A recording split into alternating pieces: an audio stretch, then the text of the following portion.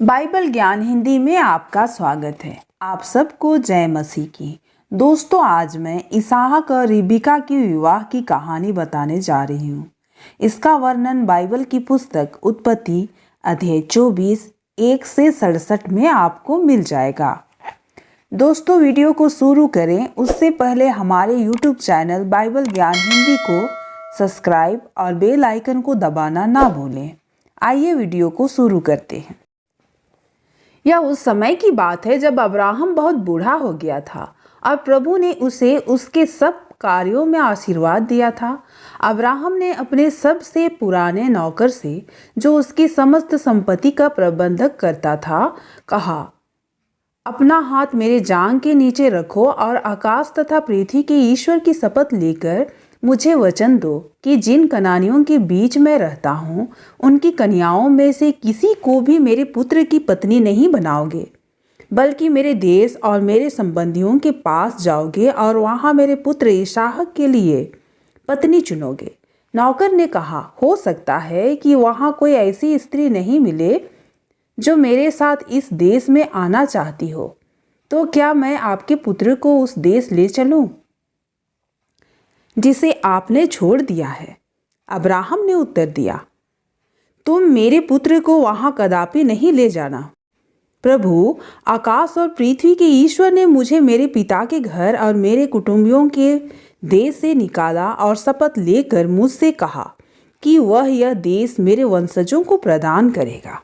वही प्रभु तुम्हारे साथ अपना दूत भेजेगा जिससे तुम वहां से मेरे पुत्र के लिए पत्नी ला सको।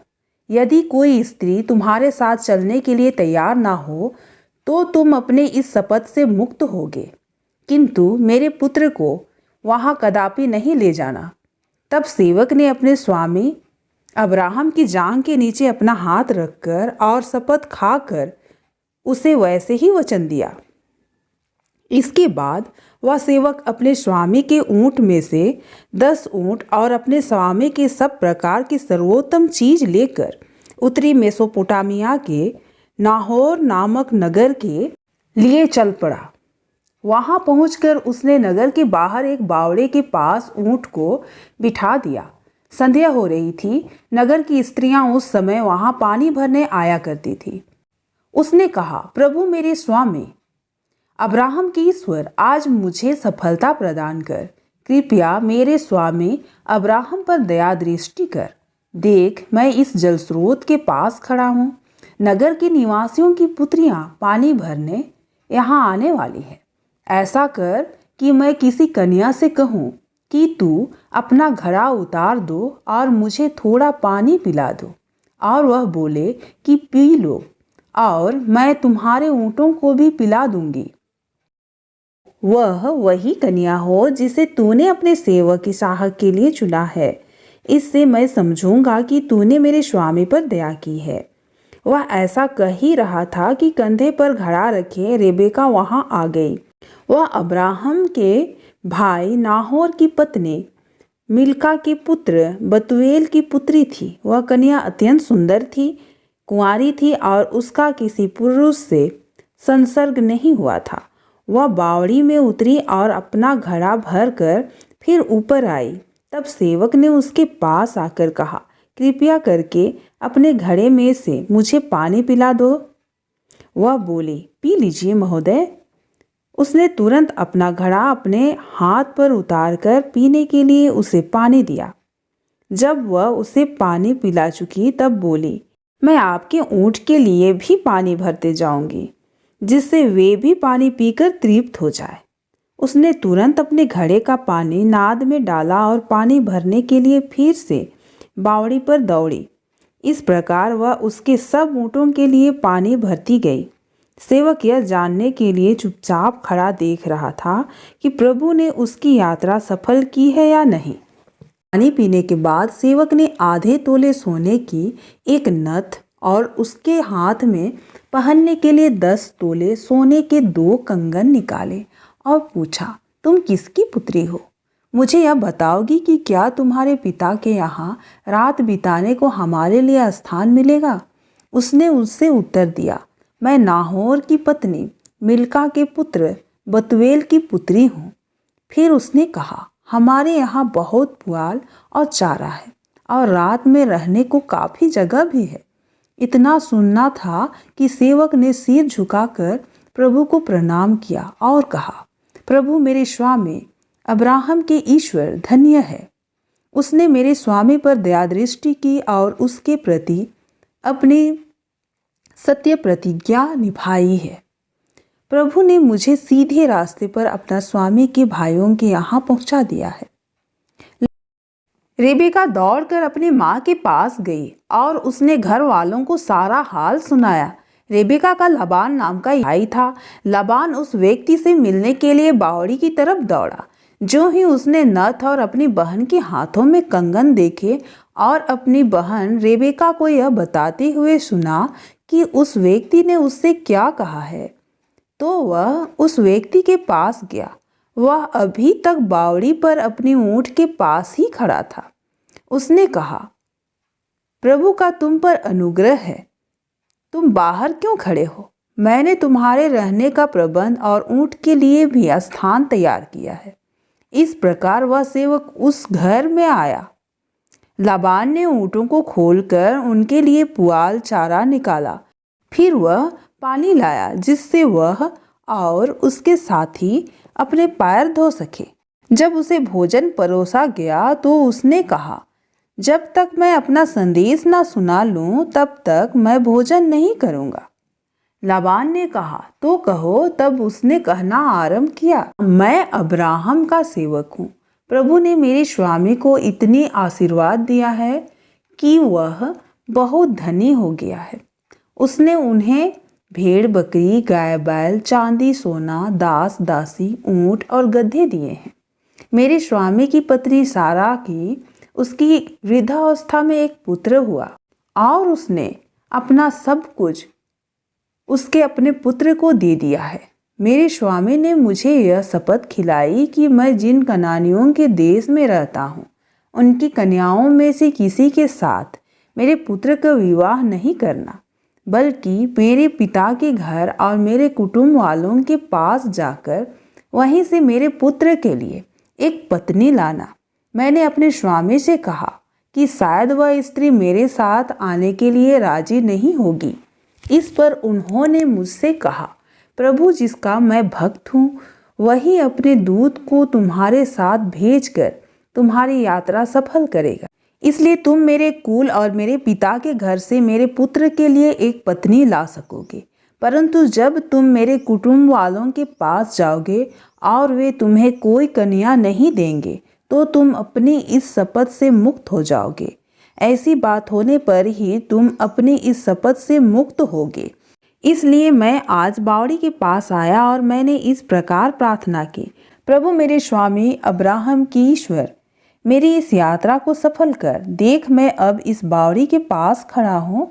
अब यदि कोई कन्या पानी भरने यहाँ आए और मैं उससे कहूँ कि अपना घड़ा में से मुझे पानी पिला दो और वह मुझसे यह कहे कि पी लो और मैं तुम्हारे ऊँटों के लिए भी पानी भरूंगी, तो वह वही कन्या होगी जिसे प्रभु ने मेरे स्वामी के पुत्र की पत्नी बनने के लिए चुना है।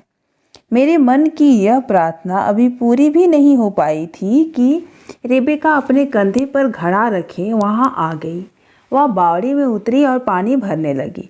तब मैंने उससे कहा कि मुझे पानी पिला दो। उसने तुरंत अपना घड़ा नीचे उतार कर कहा, पी लीजिए और मैं आपके ऊँटों को भी पिला देती हूँ। मैंने पानी पिया और उसने मेरे ऊँटों को भी पानी पिलाया। इसके बाद मैंने उससे पूछा कि तुम किसकी पुत्री हो? उसने उत्तर दिया, मैं नाहोर की पत्नी मिल्का के पुत्र बतूएल की पुत्री हूँ। इस पर मैंने उनकी नाक में एक नथ पहना दी और उसके हाथ में कंगन पहना दिया। मैंने झुककर प्रभु को प्रणाम किया और प्रभु को अपने स्वामी अब्राहम के ईश्वर को धन्यवाद दिया, क्योंकि उसने मुझे सही मार्ग से यहाँ पहुँचा दिया, जिससे मैं उसके कुटुंबियों की पुत्री को अपने स्वामी के पुत्र के पत्नी के रूप में प्राप्त करूं। अब यदि आप मेरे स्वामी के प्रति प्रेम तथा ईमान रखना चाहें तो मुझे बताएं, यदि नहीं रखना चाहें तो मुझे बताएं और मैं अन्य कहीं और जगह पता लगाऊं।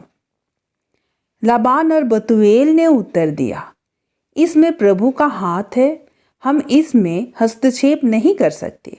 रेबेका यहाँ आपके सामने है, इसे अपने साथ ले जाएं, जिससे यह आपके स्वामी के पुत्र की पत्नी बन जाए, जैसे कि प्रभु ने कहा है। जब अब्राहम के सेवक ने उनके ये सब सुने तो उसने पृथ्वी पर सिर नमन कर प्रभु को दंडवत किया। इसके बाद उस सेवक ने सोने चांदी के आभूषण और वस्त्र निकाले और उन्हें रेबेका को भेंट में दिया। उसने उसके भाई और माँ को भी बहुमूल्य भेंट दी। उसने और उसके साथियों ने भोजन किया और वहाँ रात बिताई। दूसरे दिन सुबह उठकर उसने कहा, अब मुझे अपने स्वामी के यहाँ जाने की अनुमति दीजिए। इस पर रेबेका के भाई और उसकी माँ ने कहा, लड़की कुछ दिन तक 10-11 दिन तक हमारे पास रह जाए, इसके बाद वह चली जाएगी। परंतु उसने यह उत्तर दिया, जब प्रभु ने मेरी यात्रा सफल कर दी है तो मुझे मत रोकिए, मुझे विदा कीजिए, जिससे मैं अपने स्वामी के पास लौट जाऊं। उन्होंने कहा, हम लड़की को बुलाकर उसी से पूछ लें। उन्होंने रेबेका को बुलाकर उससे कहा, क्या तुम इस मनुष्य के साथ जाने को तैयार हो? वह बोली, जी हाँ, जाऊंगी। इस पर उन्होंने उसकी दाई के साथ अपनी बहन रेबेका को अब्राहम के सेवक और उसके परिजनों के साथ जाने दिया। उन्होंने यह कहते हुए रेबेका को आशीर्वाद दिया, हमारी बहन, तू हजारों क्या लाखों की माता बन जाओ, तुम्हारा वंश अपने शत्रुओं के नगरों में अधिकार करे।